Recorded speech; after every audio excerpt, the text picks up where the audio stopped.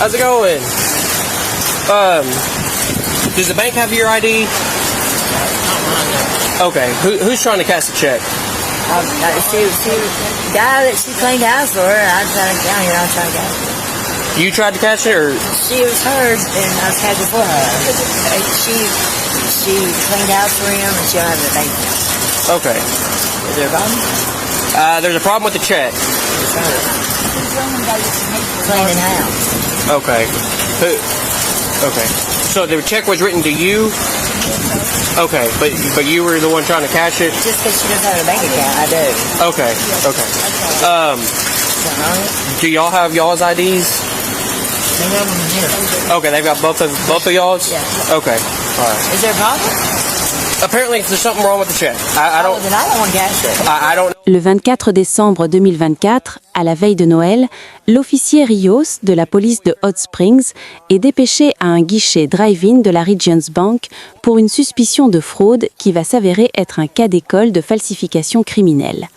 À son arrivée, il intercepte un véhicule occupé par 3 femmes, Kayla Sheffield au volant, Tanya Lake sur le siège passager et Sherry Anderson à l'arrière, qui tente d'encaisser un chèque de $300 sous prétexte d'un paiement pour des travaux de ménage effectués pour un certain Chad. I was just trying to help.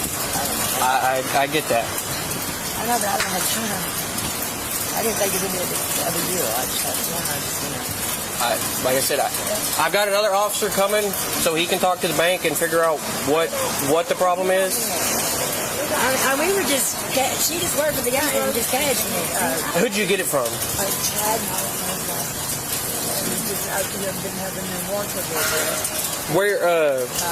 What house was it? Can I just go get the kid? I'm not really. I'm good if you can speak to the bank. L'atmosphère est immédiatement saturée de nervosité, les occupantes multipliant les excuses sur l'urgence de récupérer des enfants pour masquer leur malaise face à l'autorité. Pendant que Rios sécurise le périmètre extérieur, un second officier recueille le témoignage crucial de Victoria, l'employée de banque dont la vigilance a permis de bloquer la transaction. Tanya Lake.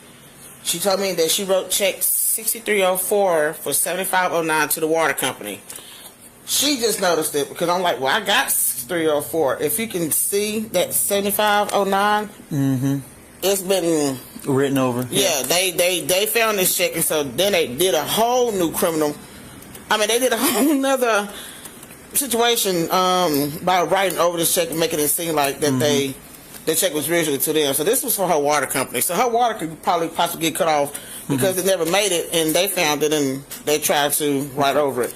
So that's another thing going on. We do have a copy of the checks. We can keep this if you need a copy. I can give you this. Elle révèle que le chèque numéro 6304 présente des traces évidentes de lavage chimique, une technique consistant à effacer l'encre originale pour réécrire de nouvelles informations.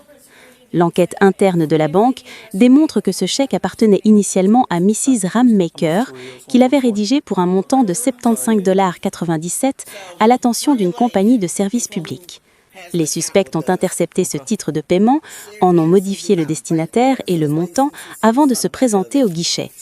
Pour confirmer la fraude, l'officier Rios appelle la victime en direct et cette dernière confirme ne connaître aucune des femmes présentes et n'avoir jamais autorisé un tel paiement, s'inquiétant même de la coupure imminente de son service d'eau.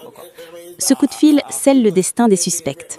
La banque précise alors que Tanya Lake a d'abord tenté d'encaisser le chèque via l'automate en se faisant passer pour Sherry Anderson avant de devoir faire marche arrière face aux exigences d'identification du personnel.